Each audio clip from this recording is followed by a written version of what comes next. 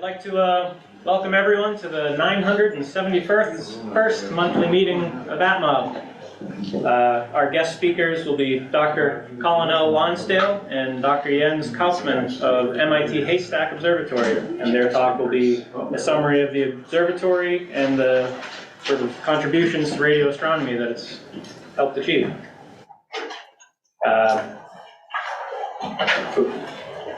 There we go. So we have a very sort of typical agenda for the President's welcome. We've had a couple nice clear nights the past week. Hopefully some of you have been able to take advantage of it. It's been a nice relief compared to the unending rain and gray gloom that we've had. So hopefully we get more of that. This looks like a Glenn picture. Let's see. I wish I had one of these. I've got about a 45-degree cone in my driveway. That's it. Well, is John Boudreau here? I thought I saw it. Yeah, he's here. Yeah, you had suggested maybe we could do something like that for, have a cloud exterminator. Well, believe it or not, thousands of years ago, there was somebody who was able to part the clouds. We'll go to the next slide. Then again, that's an astronomer cartoonist. I have a couple more as they'll come in the next few months. Okay, let's go to the next slide now. Our saying this time, the idea of a Big Bang acting like a giant, and this, by the way, is what I had always pictured. I've always told my students I would love to be in a spaceship at a safe distance out to watch this happen, but there was no space to put your spaceship in. And this one, the idea of a Big Bang acting like a giant fireworks explosion, hurling matter and energy outwards is pervasive but misleading. As bizarre as it sounds, it wasn't stuff that exploded outward, it was space itself. In essence, the Big Bang happened everywhere. I have no idea what that means. I don't know if anybody has any idea what that means, but you gotta get away from the firecracker thing. That's not what happened. All right, let's go on to the next slide. Now, a lot of this is Rich. Of course, Rich handles this part. I guess he's at sea right now on a cruise. I don't know if he's locked into us. I don't think so. Okay, let's see what we got here. New moon, quarter moon, new moon, last quarter. Those are the dates for that. Now, Rich, let's go, because I don't know what other things Rich might have put in already. Uranus transit about 4:38. Well, the main thing, if you want to know where the planets are, they're in the sky. I remember Eileen one time as far as the treasurer's report. It's good, or we're good. So, but what I saw, I went out last night. Jupiter's still high up there in the sky. Saturn is doing a death march right now. It's kind of low in the sky. Venus is still dominating the southern sky. I know Rich would tell us all about how you can see that in the daytime. It's about 20 degrees from the sun right now. It's kind of at a wide gibbous phase right now. It's heading toward conjunction with the sun, so it's low in the sky. Mars has been in conjunction with the sun. It's coming up in the morning sky. The two are going to meet toward the end of the month on the 22nd, but it's going to be a very poor position for us. Yeah, Neptune is already also kind of dying in the evening sky, so I think that's it for the planets. Oh, there it is. Try daytime observing. Okay. Next slide. Pons-Brooks comet. And again, I think that's next month. Yeah, a couple of months from now. It's visible now, but it's going to really make a good appearance, so be aware of that one. That's coming up in a couple of months. It's going to be a real peak, and then it's going to be a long time. Certainly, I don't think anybody in here will be around for the next one, so this is the shot we've got to take. Next slide. It may be visible during the eclipse. Oh. Not supposed to be. That's right. That's right, yeah. You have to know, I think I want to know ahead of time exactly where to find it. 4 planets and the comet. And it's going to be about 4.5 magnitude, so I don't know, again, during an eclipse, how faint you can see in the sky. The only eclipse I went to was one in Prince Edward Island, 55 seconds of totality, so I never took a look just to see what I could see in the sky. So I don't know what your limiting magnitude is during an eclipse. That might be a tough thing to see, but it's worth a shot. The double star of the month, Rigel. This is a good one. It's very hard to see, but if you want to see Sirius, you have to start with this one. And I think the magnitude is something like 1st and 8th and about 10 arcsecond separation ballpark. Did he put them down, the numbers?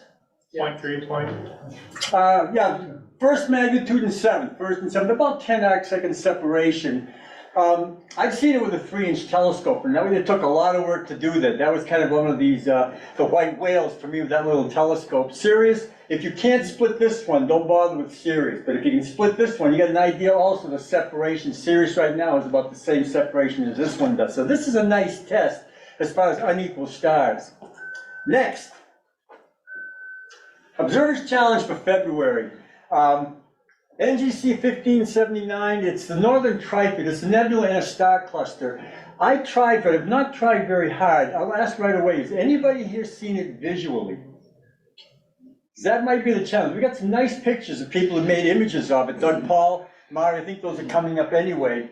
I star hopped from this star. This is Xi Persei, and there's a nice, you can see it right here, there's a nice little, like a hockey stick of 5th and 6th magnitude stars. So I went from here, hopped to there, and then from there I made another star hop right to this particular area.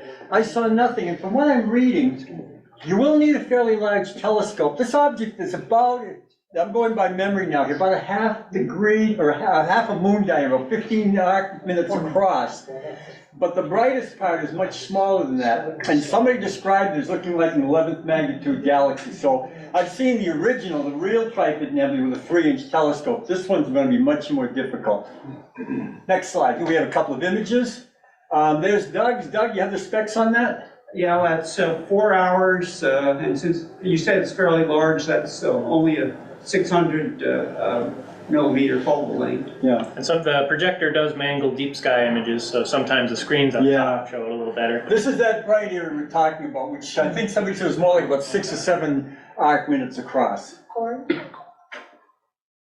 You come here. Sure. So we'll go to the next picture. Is Mario online? So we can use send you this and show it. No. It'd be tricky, this is Okay. baked in. Okay, never mind. Okay. I don't see much. That's another just beautiful image. Again, you can see the bright center part of that particular group. I'm still going to give it a try. I don't know how many more clear nights we're going to get before the moon comes back, but this is the object for February, and it's only the 8th today, so there's still plenty of time, hopefully. But I think what I'm going to do is just go again to the 10-inch telescope and maybe use a wider field of view and see what I can pick up. And then maybe, if it's a small area, I might go to a higher magnification to see what I can pick up. But I had no luck at all trying for this visually. Next slide. My recollection is that that's 1.5 hours for Mario's image. Oh, okay. Versus 4 hours for mine. Okay. This one I could talk a lot about, but this is the next month challenge. It's NGC 2440. It's a planetary nebula in Puppis. The challenge here is actually if you're a star hopper. It's kind of in a remote area. I forget now, I think I literally started with Sirius, and I just checked this out a couple nights ago. But what I did was with the finder scope, I star hopped to it. I don't see it on this particular chart right now, but there was, no, that's right. I had to literally star hop all the way from Sirius across till I get to Nebula. So it's a lengthy star hop. I looked at it with a 10-inch telescope. It was very small. And I had in my records that I'd seen this with that 3-inch telescope that I talked about a couple of months ago, and I thought, wait a minute, how? I don't know if I saw that thing. So I went back to my notes from 1979, the sketch I made with a 3-inch telescope, and what I showed was this. I said, all this stuff, forget about, but I saw this as a little blob, a star, and then a double star. And I made a comment on that double star. And I was surprised. I went to the Washington Double Star catalog just to identify that double star, because all I made was a note about its approximate separation magnitudes, and it is a catalog double star, but we'll talk more about that next month. But this is a neat target for even a small aperture telescope. Yes, Steve? Yeah, Glenn, one trick for finding 2440, also referred to as the Bat Nebula, Bat Wing Nebula, which is hard to see in a small telescope, but it is very bright in the center. So a 4 to 6 inch scope should pick up the center of it. Go to M46. Oh! M46 and M47 are side by side.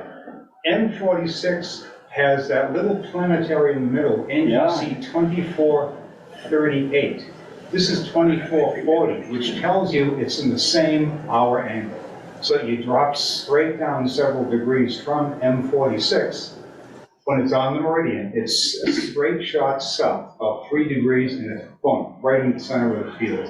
See, I haven't even written the article yet, and I had forgotten. I said, I don't remember going all the star hopping. You're right, I went to M46, which is in this area, and it's a binocular, and that's what I went to. And from there, I star hopped down to this nebula. And yes, there is a planetary nebula, and NGC 2446. 2438. 2438. Right. I get these numbers mixed up. But anyway, I've seen it with a 4.5 inch telescope. So both of those planetaries are visible with small aperture telescopes.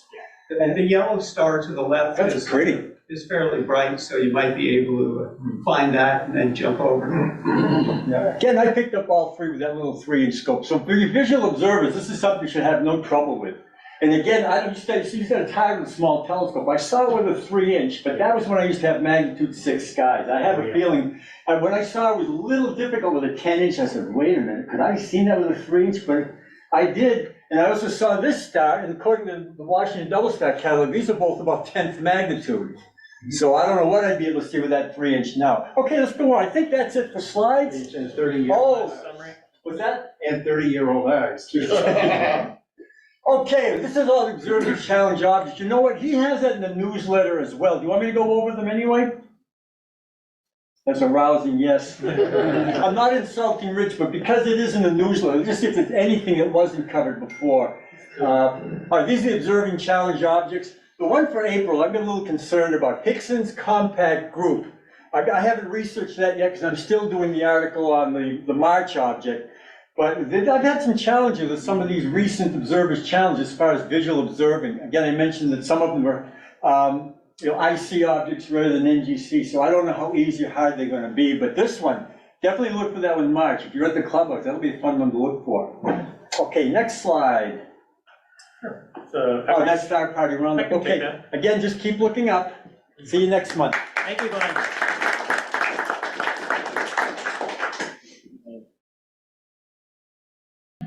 So with that, we'll introduce our guest speakers. So we have Dr. Colin Lonsdale and Dr. Jens Kauffmann. And they'll be talking about Haystack Observatory. It centers on using measurements in the radio domain to pursue investigations in the fields of geodesy, astronomy, and geospace science. The first part of this talk will be presented by Emeritus Director Colin Lonsdale. It'll give a general overview of the work at Haystack, and the second part, given by researching astronomer Jens Kauffmann, will focus on the iconic Haystack 37-meter telescope and its future use in astronomical research. So we'll have a few minutes of changeover. So this might take 3 or 4 minutes currently. So we can try to make you a co-host, and then you should be able to join or present as needed. Let's see. You're welcome to come up here. Let's see.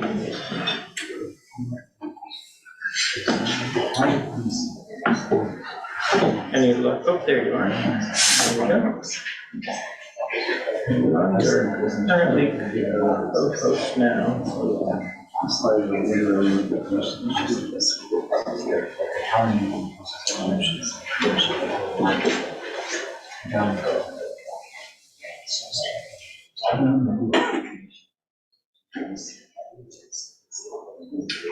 Okay.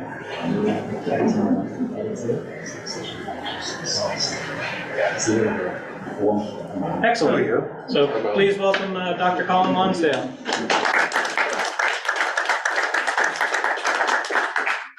Thank you very much. I'm very glad to have the opportunity to come here and talk to you about the observatory that we're neighbours, of course, with the clubhouse right on our grounds. And I'm assuming that most of you know a little bit about our observatory already, but I'm going to take it from the top and try and give you a comprehensive overview.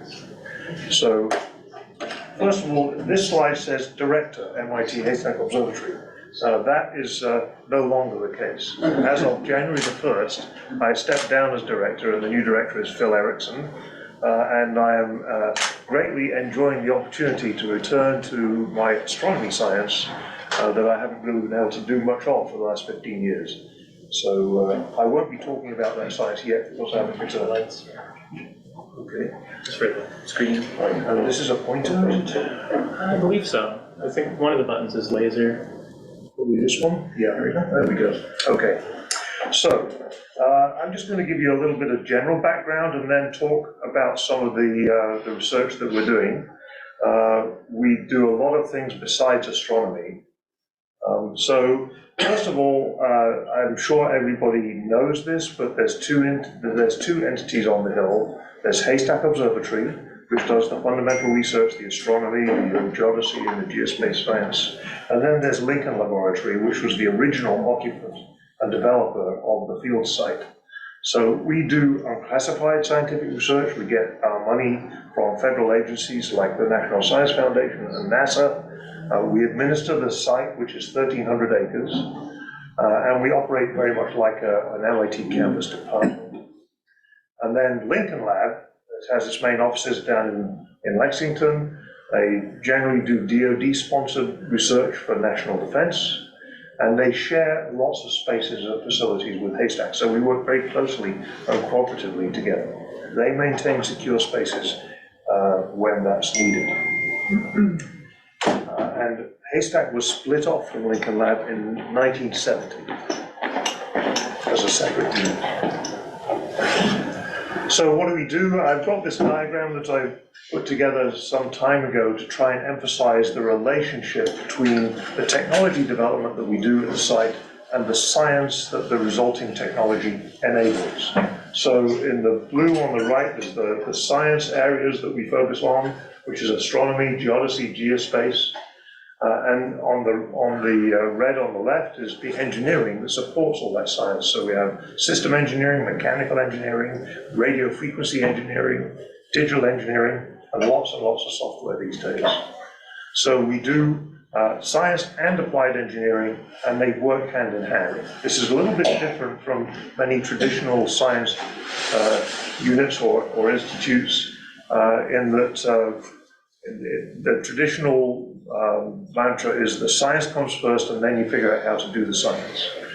We kind of go hand in hand with these things, and often we develop something just because we realize that it's a new capability without having a clear idea of how it's going to be applied, and then figure out how to get some good science out of it. And so this is some samples of the types of science that we do: cosmology, atmospheric coupling mechanisms, black hole imaging, astrochemistry and organics, lots of different things. And these are the technologies that support all that. I won't go into the details, but I think it is worth recognizing that these things are very much hand in hand, and we do a lot of technology. That's actually something that's inherited from the Lincoln Lab origins of the site. And when Haystack was split off from Lincoln Lab, the initial staffing of Haystack Observatory was all Lincoln people. So the site was originally developed in the 1950s, and it was in response to the Cold War and the threat of nuclear attack by long-range bombers or intercontinental ballistic missiles. And that meant we needed, I say we, you may notice that I'm not actually American, so the locals at the time needed a way to do long-range detection, and that meant radar, high-power radar. And the development of the necessary high-power radars was spearheaded at this site, and this is where the prototypes of the ballistic missile early warning system, the BMU system, was developed. Very high-power transmitters and big dishes. This is the iconic 37-meter Haystack radio telescope in early construction. Over on the left is the BMU's prototype radar that actually was enabled the first detection of the Sputnik satellite in 1957. And in 1961 or so, this is the way that the construction looked like on the main 37-meter antenna. Because at the time there was sort of unlimited money available to build the biggest and most powerful systems that technology would allow at the time. So that's in the early 60s, and just a few short years later, there were all kinds of facilities on the site. And this is a picture from 1964, and you can see, you might recognize this is the Westford radio telescope, which is an 18-meter dish enclosed in a radome. there's a story attached to that, but I'm not going to go into those kinds of details. This is that original radar that detected Sputnik in 1957. There's now the completed 37-meter telescope, and you'll see a structure here. This is actually a zenith dish that points straight up in a fixed direction and utilizes the original transmitter that was built for the BMUS prototype right here, and then just pipe the radar signals over here, fire it up into the sky, and get echoes from the ionosphere a few hundred kilometers directly up to do ionospheric research. So this is the way the site looks today, and you'll see there's a remarkable similarity. That original infrastructure that was put in place 60 odd years ago, it's all still there, and it's all still in use. It's getting a little bit long in the tooth, and the deferred maintenance costs are getting overwhelming these days. Just about everything's breaking, but there's money being pumped in, and it's still very, everything's viable. So, yeah, this, of course, is where ATMoB is now, and I just zoom in a little bit. There's the Westford radio telescope, and there's the farmhouse. These buildings have changed a bit. And you can also see in this picture that there was some, there's some equipment over here related to the main site. I don't know what it is or what that was used for, but there's antennas and various other things there.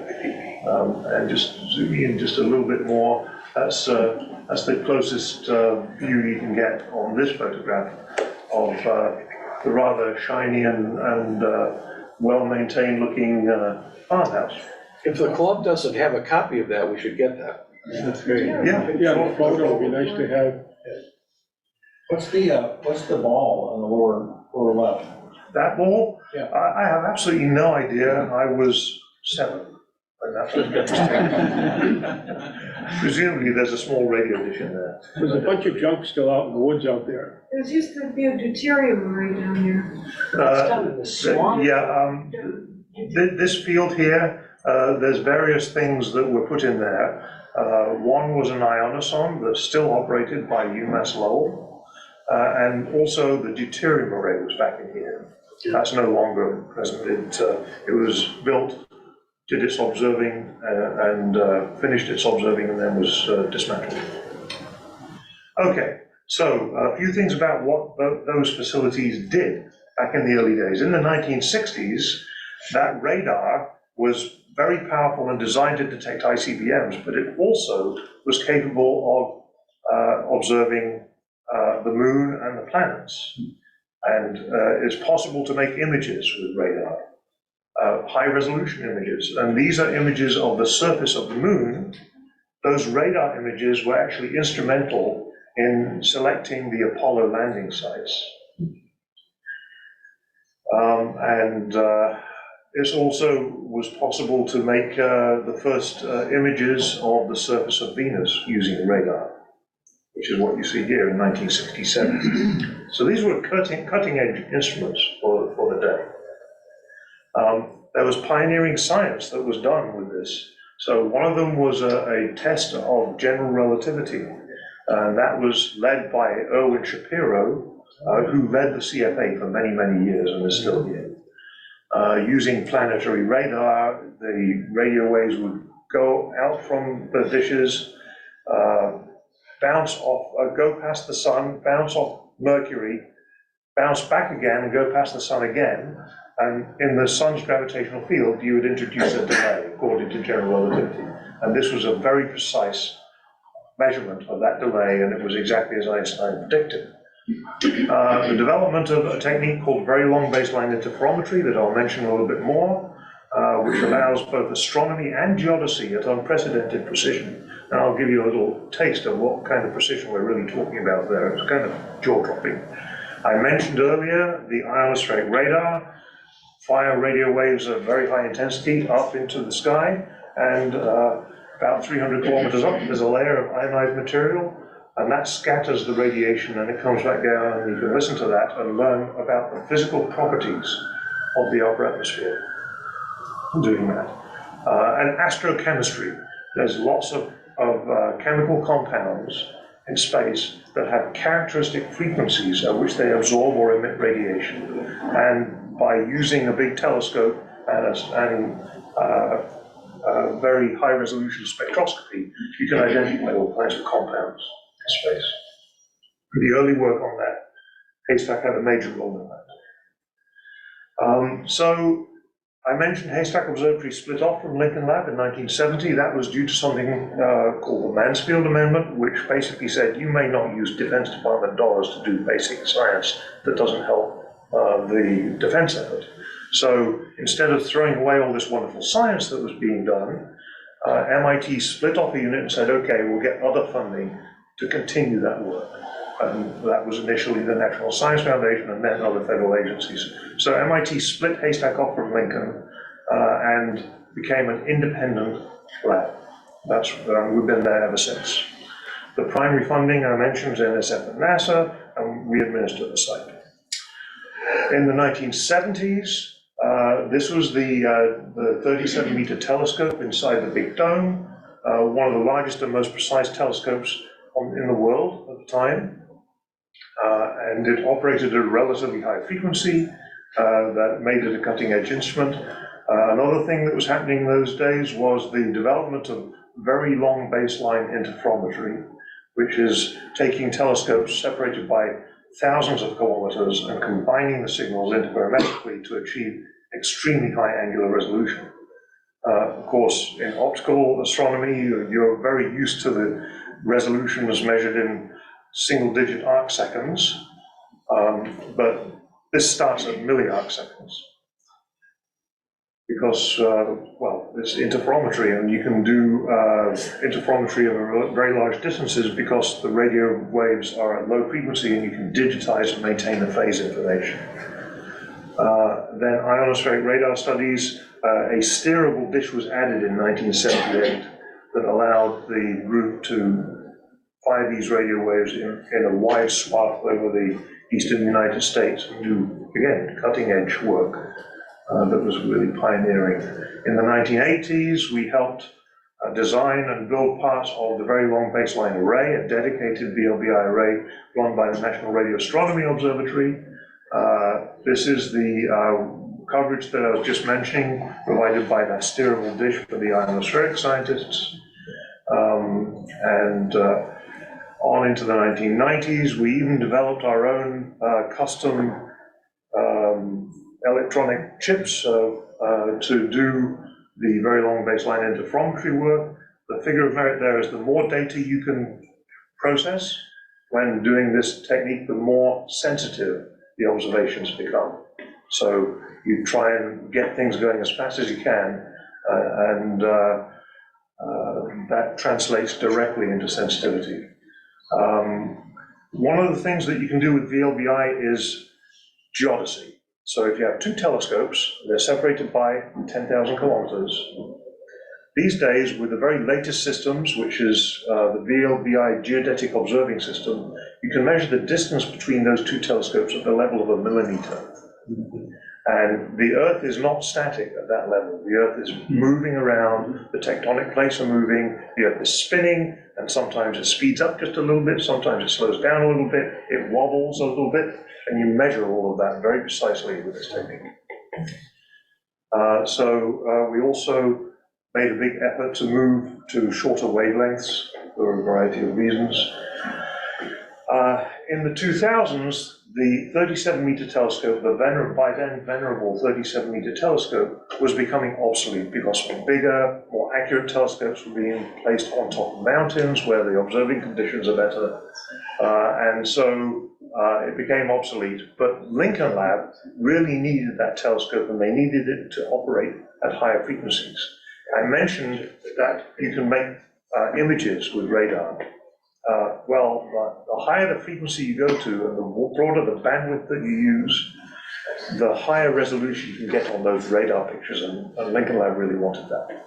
So they, with support from the Air Force, rebuilt the telescope. Everything from the elevation axis up was replaced, and the surface accuracy was improved by a factor of several. And this dish now has an RMS surface accuracy of across a 37-meter diameter on the order of 100 microns or better, and Jens will talk about this. So it's now becoming a frontier instrument again. We've got into low-frequency arrays, and that's a long story that I certainly don't have time to discuss. I mentioned VLBI. The more data you can handle, the more sensitive it becomes. So these are disk packs. Each one has maybe 100 terabytes. And during these big VLBI experiments, we record multiple petabytes of data. The more we can record, the more sensitive it gets. And so Haystack pioneered the ability to capture and record huge amounts of data. We currently record data at 64 gigabits per second, continuously for many hours, in order to get that sensitivity. You're still using hard drive disks? Yes, spinning disks. At the moment, that's still the best way to do it. Lots and lots of spinning disks. Ultimately, solid state is obviously going to win, but it's still very costly. A wide variety of new tools to study the ionosphere. I've got a couple of examples of that. And I won't talk about the way that Haystack operates, because that had to change as well around this time. Okay, so here's a couple of examples of some of the things that we were doing in the early part of this century. This is the VLBI geodetic observing system. There's custom signal chain stuff that we develop and install at various sites around the world, but that very high precision VLBI that tells you how the Earth is oriented. On the right is a picture of the Murchison Wide Field Array, the design for which was developed at Haystack, and this is operating at very low frequencies, basically wavelengths of 1 to 4 meters or so, and it's out in the middle of the Western Australian outback. The reason that it's there is because, much like we're suffering from light pollution, with which you're all very familiar, the very same thing happens, of course, in radio, with radio frequency interference.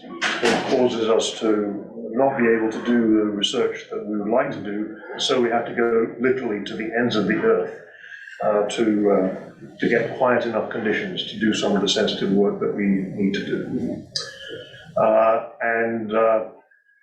I'm going to just mention a few things. I don't want to take up a ridiculous amount of time here. So there's VLBI pushing to higher and higher frequencies, including into the sub-millimeter regime, in order to do black hole imaging. And I'm sure you will have heard about the black hole imaging that's been going on. Haystack is absolutely central to that effort. Studies of the cryosphere, the world of ice and snow that is changing so rapidly because of climate change. Climate research is going on at Haystack. I'll mention MOXIE a little later and tell you what that is. The rollout of the VGOS systems, research into the heliosphere, the sun's extended atmosphere, is possible using radio studies, because the way that the radio waves pass through the heliosphere alters the characteristics of those radio waves, and we can study that and detect all kinds of phenomena. And geospace projects of many kinds. I've showed you that already. Do you recognize this? Sure. Everybody saw it. And the common reaction is, why is it so fuzzy? When I say, well, this is actually the sharpest image that's ever been produced by humankind, there's a lot of skepticism. So there was actually a congressional hearing where 4 of us actually sat in front of a congressional committee to describe what happened. And to do that, I put together this little video to explain what kind of resolution we're really talking about here, this picture. So this just takes a minute or so. So There it is again.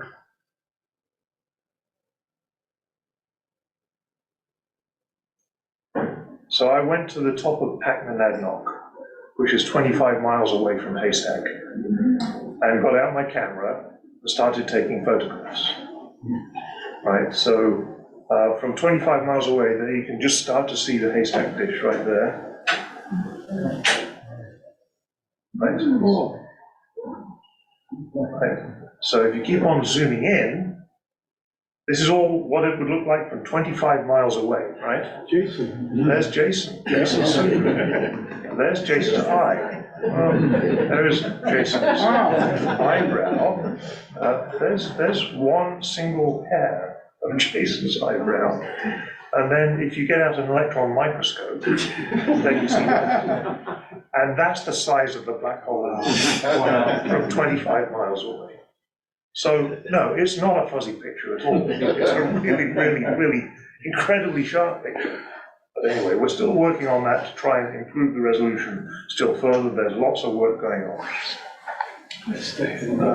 And we continue to be right in the thick of that. And then this is a picture of Sagittarius A star that was produced more recently, and lots of people from all around the world working together to get this done. That's Michael Johnson from here at the CFA. This is Vincent Fish from Haystack. Everybody working together to get this stuff done. Was the data for that photograph of the black hole actually captured with the 37-meter telescope? No, it was not, because this is done at a frequency of 230 gigahertz, or a wavelength of 1.3 millimeters. And while the telescope is not yet equipped to do that, it actually has a good enough surface accuracy to do that. And it is our intention for the telescope to join the Event Horizon Telescope array in the fairly near future. That's one of the goals. Okay, so this is just another celebration in Washington, D.C. in the National Press Club. Well, that's the fun part of this project. You get free drinks. Okay, this is a kind of an interesting one, and I've probably got another five minutes at most. But this is EDGES, the experiment to detect the global EOR signature. The EOR stands for the Epoch of Reionization. And this is actually, it turns out to be a misnomer, because what this instrument has done is look at the time immediately before that, known as cosmic dawn. And this is called cosmic dawn because this is the era when the very first stars were born in the young universe. This is about 500 million years after the Big Bang. And what that did was it caused photons to be emitted from these stars into the surrounding ocean of neutral hydrogen. And it changed the characteristics of that hydrogen in such a way that it caused the hydrogen to absorb some radiation at a very specific wavelength. It's the 21 centimeter line of neutral hydrogen. So it causes the whole sky to get just a tiny little bit dimmer at a particular range of frequencies, and then get brighter again. And that frequency is a wavelength of about 4 meters.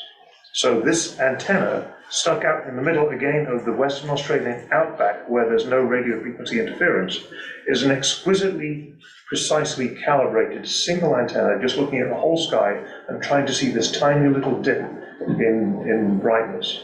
The sky is about 3,000 degrees Kelvin of that frequency, and we're looking for something that's 0.2 of a degree dip in the sky brightness. Very, very difficult experiment, but it was successful.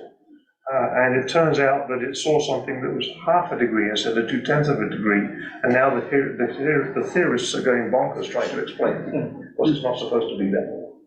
So this is a very interesting and exciting experiment. And this is the latest incarnation of it, again out in Western Australia.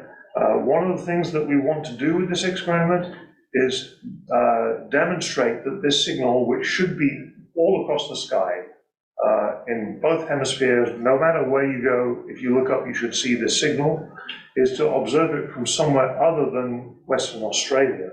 And so we've been hunting for places to go that are quiet enough and in very different places. So there's the Western Australian site. where the detection was made and published in 2018. And there are various other sites considered. We went to a very sparsely populated place in Oregon that on the surface of it looked like it might be quiet enough, but it turns out that there's FM radio stations everywhere, and there's little micrometeoroids coming in to the atmosphere all the time, and the radio waves bounce off those trails and right into your antenna. So if you're within 2,000 kilometers of a bunch of FM stations, forget it, you can't do this. So you have to go further afield, and there are various places looked for. There's the Svalbard up in the high Arctic, Alaska, northern Alaska was another place, the middle of the Pacific Ocean in a remote atoll. But in the end, we ended up picking this place up in the high Canadian Arctic, a place called Devon Island, and it's way up there. There's nobody there for very good reason. It's an awful place. In the middle of summer, it gets, it's hovering around freezing. Or maybe not these days, maybe it's a bit warmer than that. This is Horton Crater on Devon Island. It's so remote and so unfriendly that it's used by NASA as a Mars analog. Right? They send people in for astronaut training.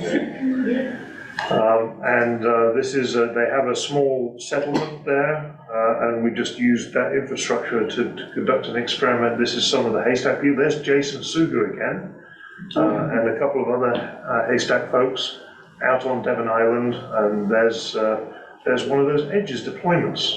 And so we go all over the place to try and get our science done. Okay, just a few words about the geospace science. This is a depiction of all of the complicated things that are going on above our heads.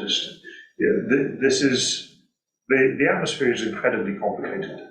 And this is all stuff that's happening up 100 plus kilometers above our heads. All kinds of complicated things, because when it becomes ionized, there are current flows and magnetic phenomena and all kinds of dynamic things happening. So it turns out that the ionosphere gets disturbed. If there's something that happens on the ground, like some big event, like for example, a nuclear explosion test in North Korea, it disturbs the ionosphere, and then you can detect that looking at GPS signals. GPS signals occur at multiple frequencies, and depending on the amount of ionosphere that you have to go through, the signals will get delayed by different amounts of different frequencies. You can measure that. And it turns out that these things are very detectable.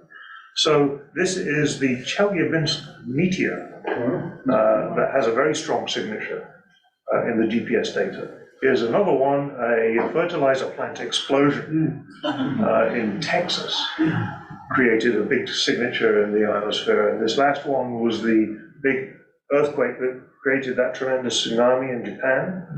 That's the tsunami in the ocean. This is the tsunami in the ionosphere. So this is an example of some of the techniques that we use. Here's another one. There's a solar eclipse coming on April the 8th.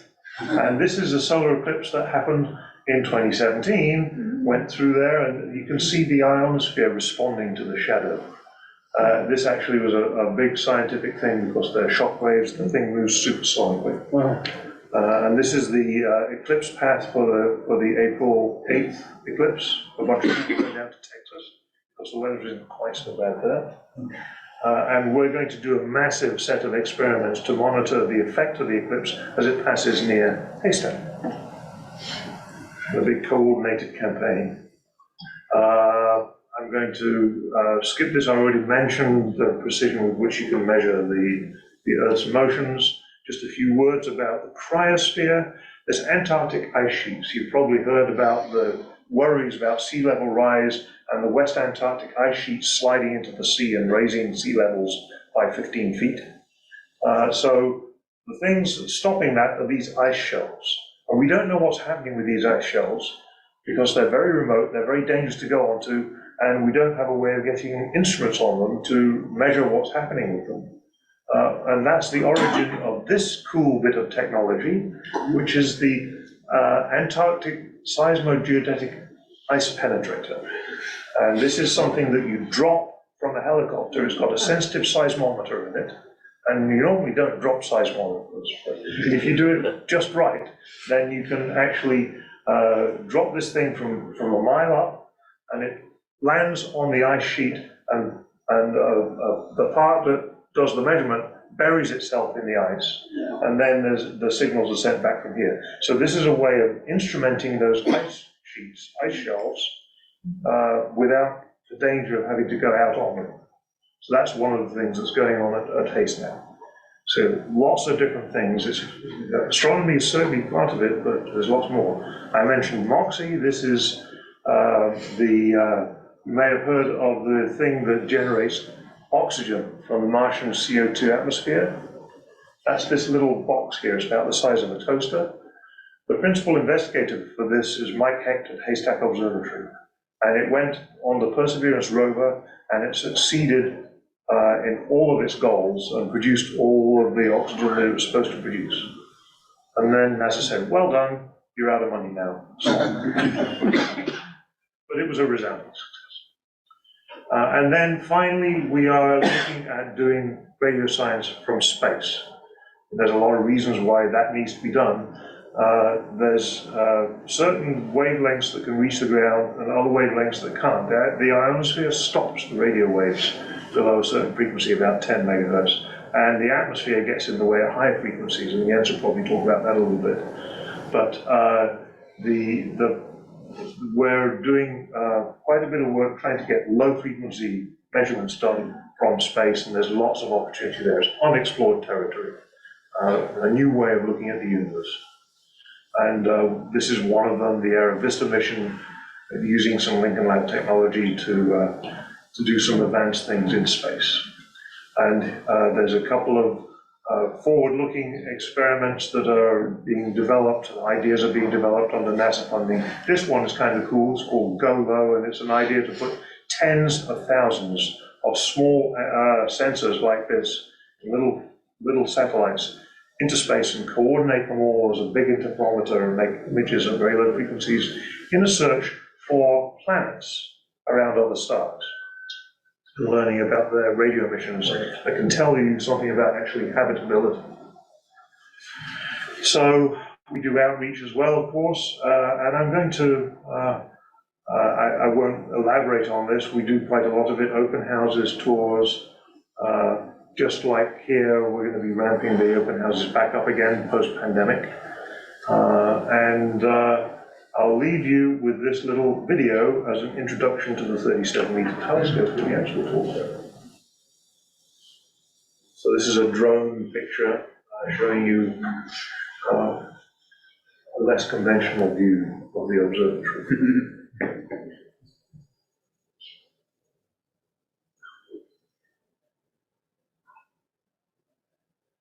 I'm more than happy to take questions on any of it. I have two. Yeah. Are ever gonna paint those two big steel telescopes up there that look like they haven't been painted since they were new? The two radio dishes? Yes, they are just a little bit rusty. So it's an interesting question because we just spent about $4.5 million replacing the foundation of the moving one because the foundation was falling apart. And there's a really nice new foundation that's going to last 50 years for that. The original $4.5 million was supposed to also include painting it, but costs skyrocketed during the pandemic, and all of that got put off to a later stage. There's intention to paint it, and do various other things to it, but not yet. Yeah. This may be a little heretical, but when we took the tour last fall, we saw like a small dish that was out in the yard that looked like it might be appropriate for, sort of citizen scientists to be observing. And I'm just wondering, what's the degree of difficulty of installing something like that at our clubhouse so that, we could What can we do with it if we had it? It's not especially difficult. That's the small radio telescope. It's a kind of a next generation version of it. This is something that was developed and deployed all over the place, including internationally. It's developed by Alan Rogers many years ago as an educational tool. At the time, the use of it was relatively limited, and because getting instrumentation on the back end of it that would do something useful would be expensive. But now it's much, much easier. So the one that's currently sitting outside the observatory is much more capable than the original, and quite easy to operate. There's software, there's control software, and ways of collecting the data and analyzing it. You could do a rotation curve for the galaxy using the 21 centimeter line, for example, and a number of other things. I haven't really stayed close to it. Maybe, yes, you would know more about the uses of the SOT these days. But I think it's entirely feasible, not particularly expensive. And I saw that you had a positive cash flow. It's a little more than $17. Right. We're gonna round it up to 18. I suspect our problem might be more political than It's all right. Excuse me, two questions. The glow in the black hole pictures, that glowing ring around it, is that from matter falling into the black hole? Yes and no. The yes part is, yeah, it's radiation that's generated by material in the immediate vicinity of the event horizon of the black hole. The ring shape itself is mostly due to the gravitational lensing of the radiation by the gravity of the black hole. So you emit radiation sort of anywhere near this thing, and it's going to produce a ring-like structure. Yeah, I don't think I was wondering about these. What's the difference between what the ionosphere does in a solar eclipse and what happens to it at night? So the ionosphere is what its name implies. It's a layer of ionized gas. So the electrons have been stripped off. The medium becomes conductive. Actually, the ionization fraction is quite small, but it rises in the daytime as the short frequency solar radiation hits the atmosphere, and it recombines at night. So the eclipse is like temporary night.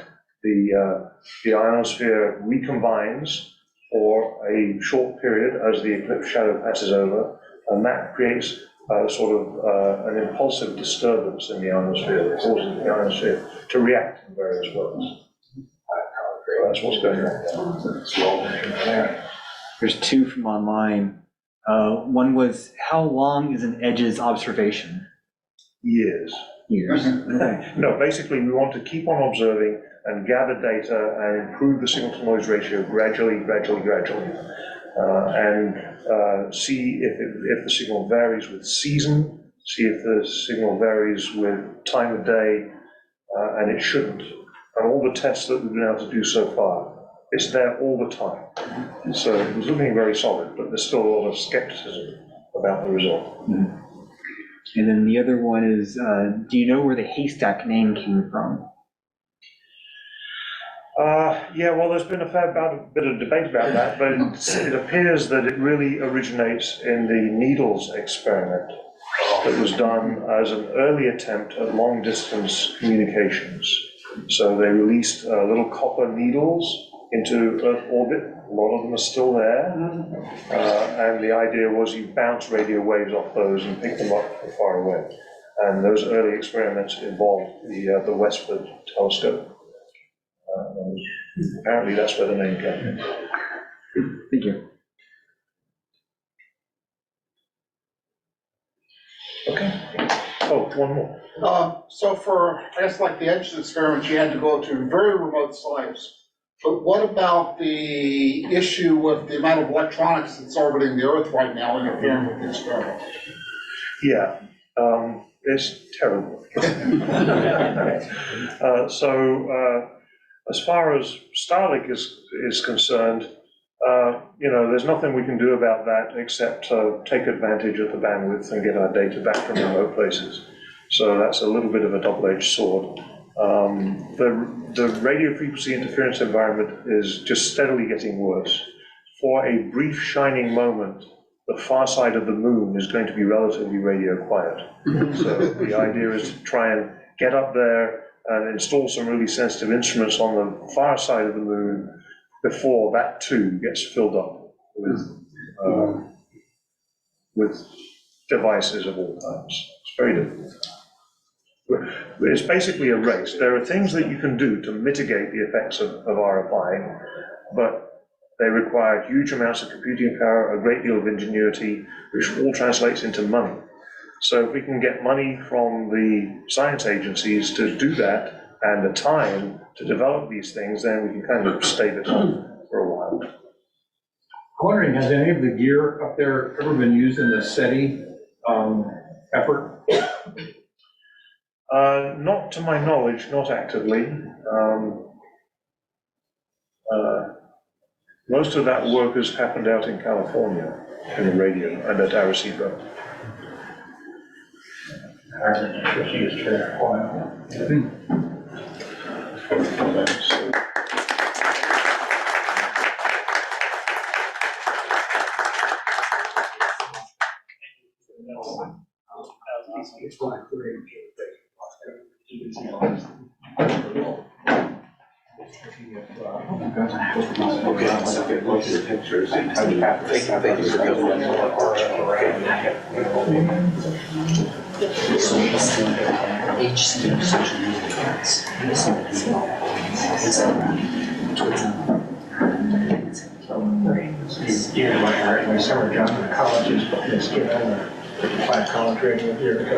Okay, so this is working.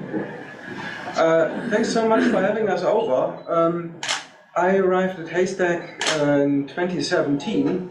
Actually, one of the very first things I tried to do was reaching out to you, but for some reason that didn't work out properly, and my emails were somehow landing in digital nirvana. So then I had a child, and the pandemic came, so it never really happened properly. I'm so happy that we can finally make this connection, and I really very much like us to talk more to each other. Concerning, I'm not going to talk much or at all about the small radio telescope that Colin mentioned, the small dish, but that was actually one of the topics I was considering to bring up today. And it would be very interesting for us to know whether there are people among you who are interested in pursuing amateur radio astronomy, because we are very interested in pursuing that, if this is of interest to you.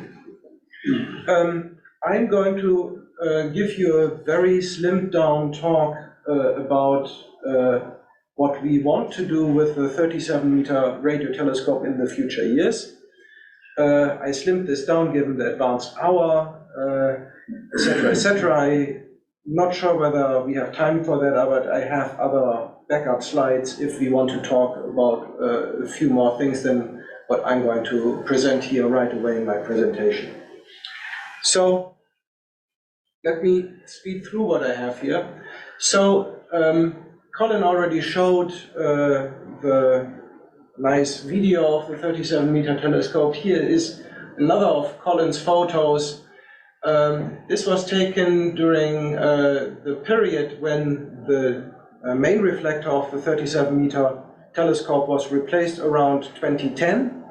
And you can, of course, see here, where's my mouse? Oh, my mouse doesn't work. Anyway, you see in the picture here on left and right, some people for comparison scale to give you an idea of the size of the instrument. The radome is open here, is de-skinned for installation of the new reflector. Obviously it's closed now, and just to address that, we are observing through the membrane. It's not that we are opening up any part of the radome when we are observing. The radome itself is radio transparent. So 37-meter diameter, corresponding to 120 foot. It's enclosed in a transparent radome. I would say this is one of the 4 largest high precision dishes in the world. So this is, telescopes and instruments of this type are rare in the world. This is not run-of-the-mill telescope. What makes it unique is this high surface accuracy. Colin talked about that there was a dish already there in 1964, but then a dish replacement by MIT Lincoln Lab was completed in 2014, and that was primarily to support space radar observations for US government agencies. But we still have a third of the time available for astronomy. We are not at the moment using much of that, for reasons that I don't want to go into now. I'm happy to talk this afterwards if you have a question about that. Essentially, the US Air Force provided well above $100 million in funding to replace the dish and upgrade the radar systems, out of which essentially nothing was available for astronomy. So we are still working with lots of outdated or old legacy radio astronomy systems that are coming from the previous dish. But we are operational for test purposes since 2 years. And we are making good use of that, and as I'm going to talk about later in my presentation, we now want to take the next step to become a full-fledged education and research facility. And we can be visited by appointment. Which we did. In case you want to know more about this, there's a reference publication that we put out last year, so you can also read up about the instrument. So let me tell you a bit about what can you actually do with an instrument of this type. This is a molecular cloud somewhere in the plane of the Milky Way, as seen by the Spitzer Space Telescope. This spans something like 20 arc minutes left, right, corresponding to maybe 30, 40 light years in length. This is a star-forming site, so you can see some of these reddish objects there embedded. A radio telescope has the nice feature, if you're observing at roughly 100 gigahertz frequency, you can pick out molecules that are inside this molecular cloud. This is color-coded here in red, green, blue, different molecules, HCN, N2H+, and CH3OH. And if you look closely, you will see that the color in this image varies, which means these molecules are not all co-spatial. The molecular composition changes as you move within this molecular cloud. This is kind of data that a telescope of the type that we have at Haystack can take. In principle, I should say this data set was acquired with a very similar radio telescope in Spain. And while such images are useful for a variety of reasons, very few, just 2-3 dozen of these very small maps currently exist at all. And that's a problem, and we want to solve it with our telescope. So why is this interesting? This is a cartoon of 3 different types of star-forming sites. On the left, we start with a very young molecular cloud that's just forming. There's a bit of substructure in there. Such a molecular cloud has maybe a diameter of 20-30 light years. Then in the middle, we have a molecular cloud where there's already a bit more additional star formation. Some stars are embedded and are starting to heat up the gas. And on the right side, you have a lot of embedded stars, and they are dispersing the cloud by forming an H2 region. Now, this substructure, for example, these bluish boxes here, of dense cold gas, they are visible in specific molecules, like this dense cold gas is particularly visible in N2H+. Or these star-forming sites where you have a hot star embedded deeply in dense gas, where the gas becomes warm. This is often picked up in the CH3OH. Or this interface between H2 regions and the molecular cloud is picked up in C2H. And these are molecules that you can, with relative ease, identify with a radio telescope by tuning at the frequency where these specific molecules are radiating. So, the nice thing is, these molecules are different to different physical conditions, like cold or warm gas. And so that means by sensing, getting a census of those molecules in a molecular cloud, you can actually identify and learn something about the physical properties of these regions and kind of estimate their temperature and estimate their density. So you might think that molecules in space have been studied since ages. Many of you will recognize this image. This is carbon monoxide at 150 gigahertz as seen from the rooftop of this building, largely. So most of this map is generated few stairs up on the roof of this building. This is carbon monoxide, and we have, yes, almost an all-sky census of this molecule, but that's the only molecule. Even the rarer versions of carbon monoxide that there are in space have not been mapped in any sense comprehensively. All other molecules have been studied on spatial scales orders of magnitude smaller than what you see here, just in pockets of dense gas, often, not along the galactic plane.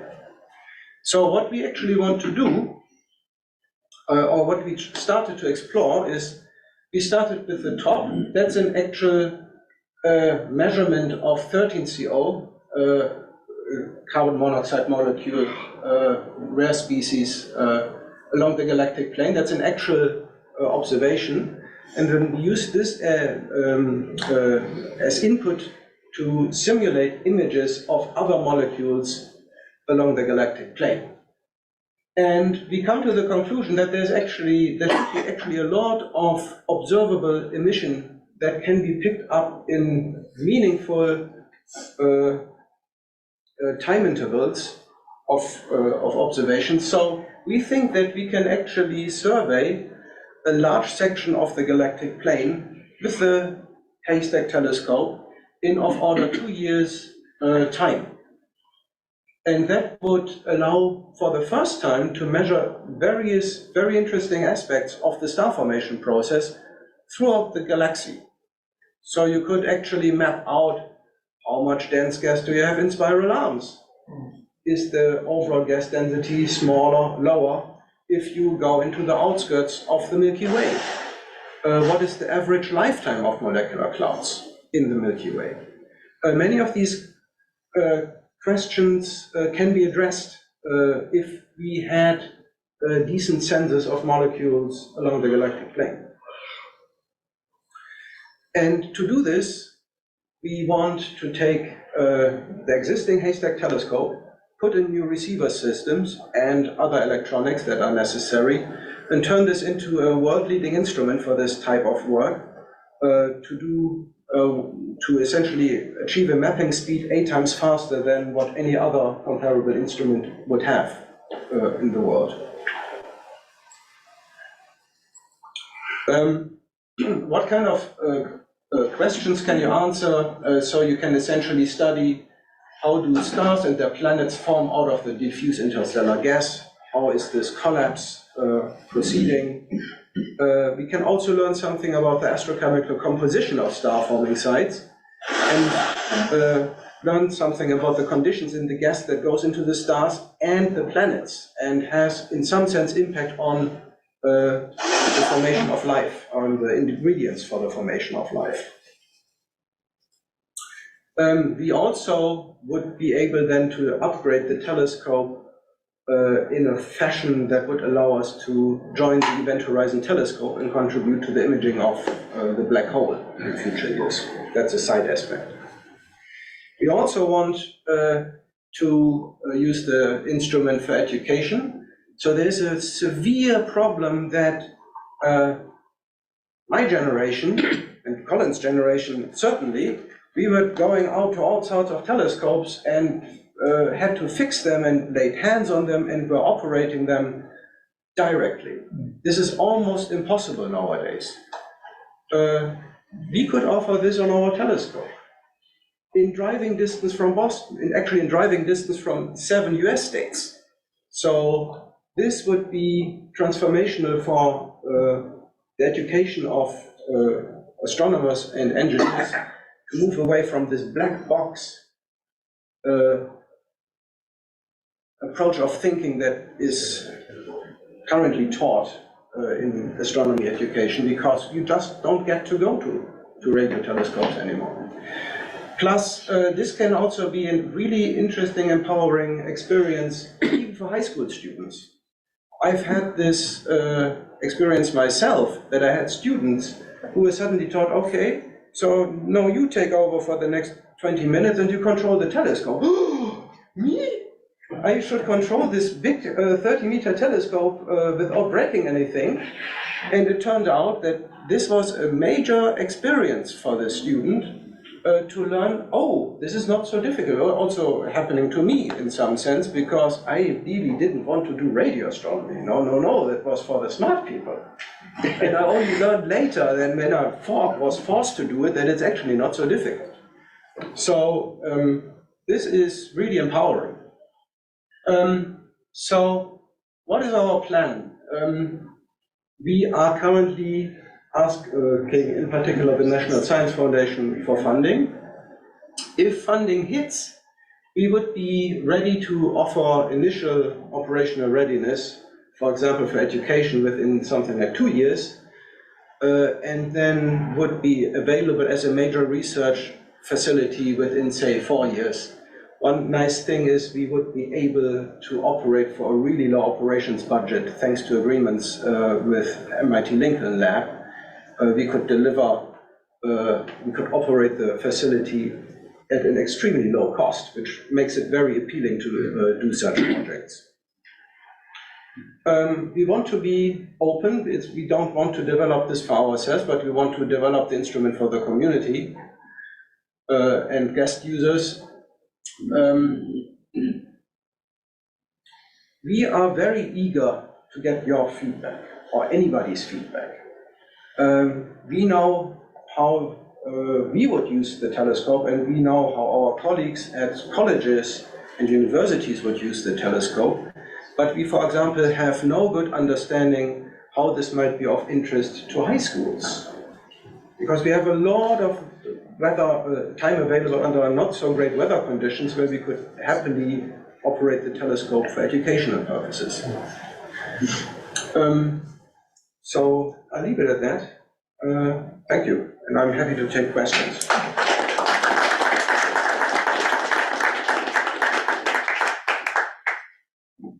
It was mentioned the very high surface accuracy of the dish, and I'm just wondering if you could say a little bit about how that was accomplished. Sorry, one second.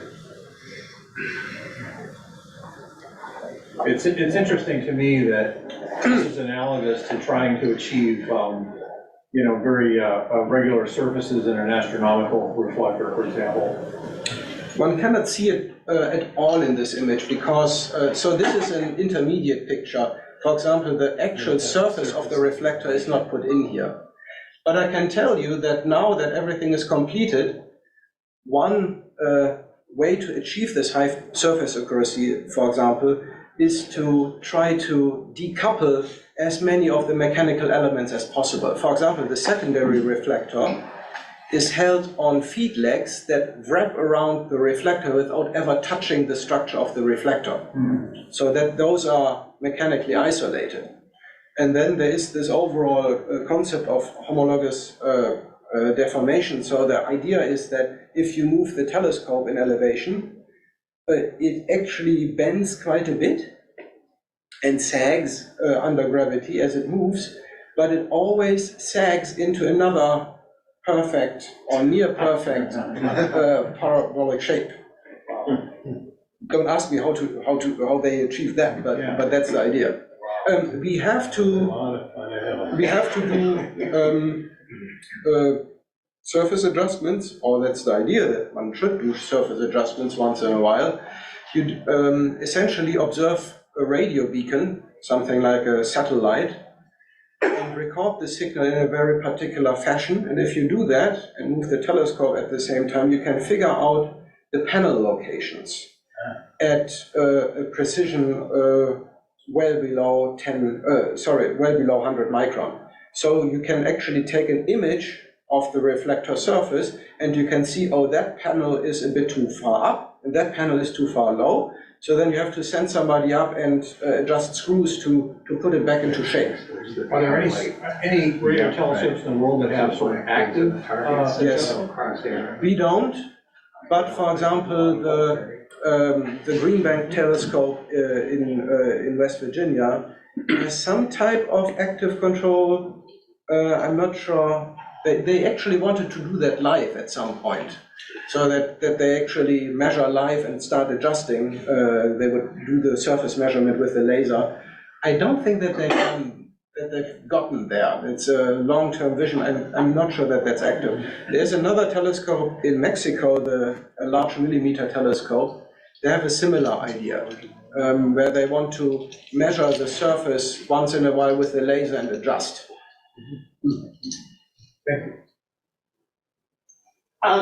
Do you find there's more demand for the instruments at Haystack because of what happened at Arecibo? The fact that the telescope collapsed and is no longer usable or going to be used? It's a different user community. So Arecibo was targeting very low frequencies for radio standards, or the lower part of the radio spectrum, while we are more targeting the higher part of the radio spectrum. That's somewhat a different audience. You say the allotted time is about 75% Department of Defense. So what you can carve out for astronomy and research is about a quarter of the time allotted? A third. A third? Okay. Well, will that be true going forward, even if you got your funding and a new receiver? Would that be the case? Yes, that would be the case. That's just the Air Force paid for the upgrade, and so they expect a return on that investment. This is arranged in practice so that Haystack Astronomy gets the instrument at nighttime, or we have access to essentially all nights and all weekends. MIT Lincoln Lab might on occasion call back some time when they have a particular event that they need to monitor. I don't know, there's a particular satellite coming overhead that they must monitor and image for some reason. But in general, we get nighttime and weekends. Is the work that the Air Force does secret? Yes.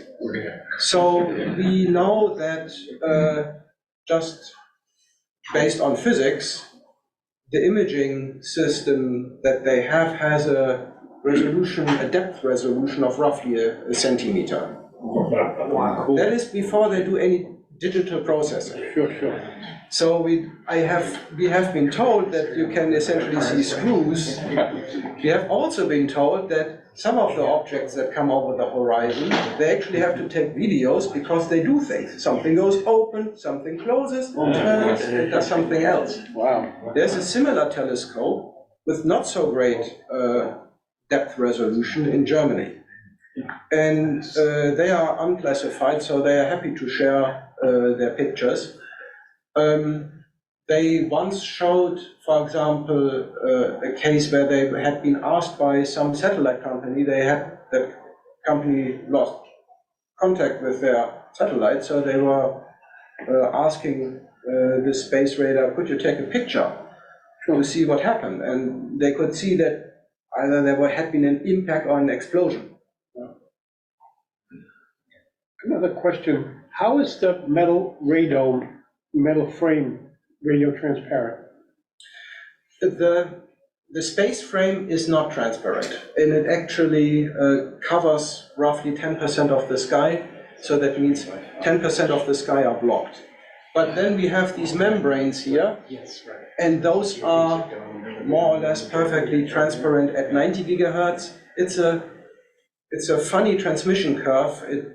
So if you start at low frequency, it's very transparent, and then suddenly there's a dip at 50 gigahertz or so. It's not very transparent, and then it becomes transparent again, and then again not so transparent. So it's a repeating curve, and it depends a bit where you are in the spectrum, whether how transparent this membrane is. Due to the metal framework, 10% of the signal is, or? Yes. Yeah, okay.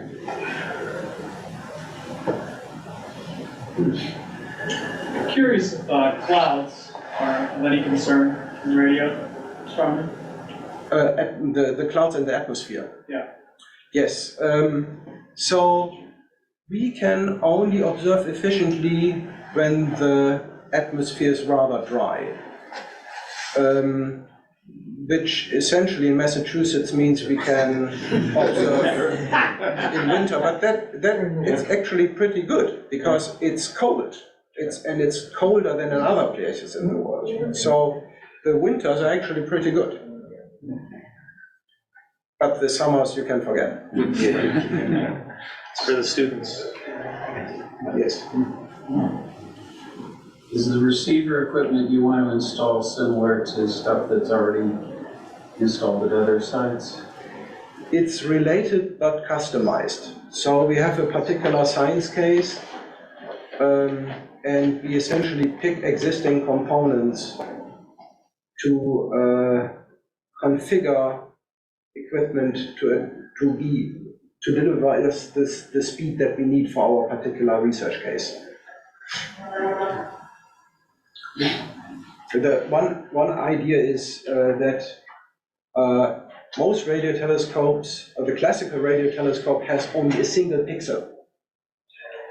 So you have one pixel with a huge color resolution, so to say, because we have a lot of spectral resolution, but it's only one pixel. So if you want to make an image, you have to actually scan back and forth. So now if you install more pixels, more radio feeds in your telescope, then obviously the mapping speed increases. And that's one of the strategies that we want to use. We want to have more than just one radio feed, so that we can acquire more than just one single pixel at a time. Yeah, I was curious if there's a reason that carbon monoxide has been so well mapped compared to the other ones already. It's bright. It's just the brightest molecule. Low-hanging fruit. Yeah.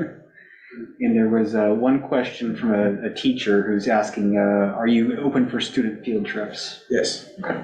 So we are already now open for field trips to, Nancy is actually the person coordinating this. We still are a bit in a ramp up after the pandemic, but you can come to the observatory and see the telescope.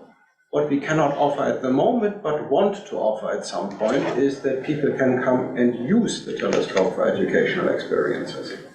How exactly we would do that, I don't know. It also depends. That's actually a question to teachers, what would be useful. But that's certainly something which we would like to offer at some point, in some form. Jens, what you were just talking about, and even though you're saying it's in the future, what's your planned timeline for something like that? Yeah, so that's... Like if I was going to start planning out lessons for a field trip, or even potentially have some of my students participate. So this is the timeline for making the telescope accessible to external guest users. After 2 years or so, we would have some basic capabilities, perfectly fine for any type of student, but not yet ready for major research use. And then after 2 additional years, we would be ready for major research use. That's after you cash the check. Yes. And that has been 1.5 years ago, the NSF didn't even have a proper program for us to apply. There was a program to which you could apply when you were willing to jump through enormous political hoops on top of delivering an amazing science case. There has been a major change in how they ask for, in how they solicit these proposals, and now we only have to deliver an amazing science case, which we can. So that situation has improved massively. Hopefully it won't change again. You know, hopefully it won't change again next year. They promised not to change it for the next 3 years, but that's a concern. But can students use the data that has already been collected and learn how to analyze? Sorry, I should have continued on that point. We have nothing prepared of this type, but we could, if that was requested. There would certainly be possibilities to create such data sets that are not collected live, but that would be provided in some form. And I don't know how, I would need input to better understand how far we need to boil this down, and whether the boiled down data that we could provide would be useful, but it certainly is something that we could do, and could in principle do now.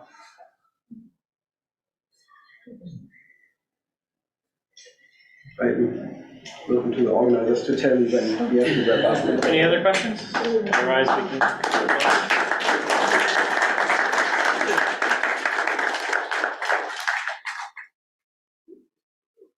I want to thank you both for that very fascinating and illuminating talks. It was very, very interesting. And I want to express ATMoB's gratitude and, essentially providing a home for our club. It's been loved by many as a sort of second home. I don't know where we'd be without it.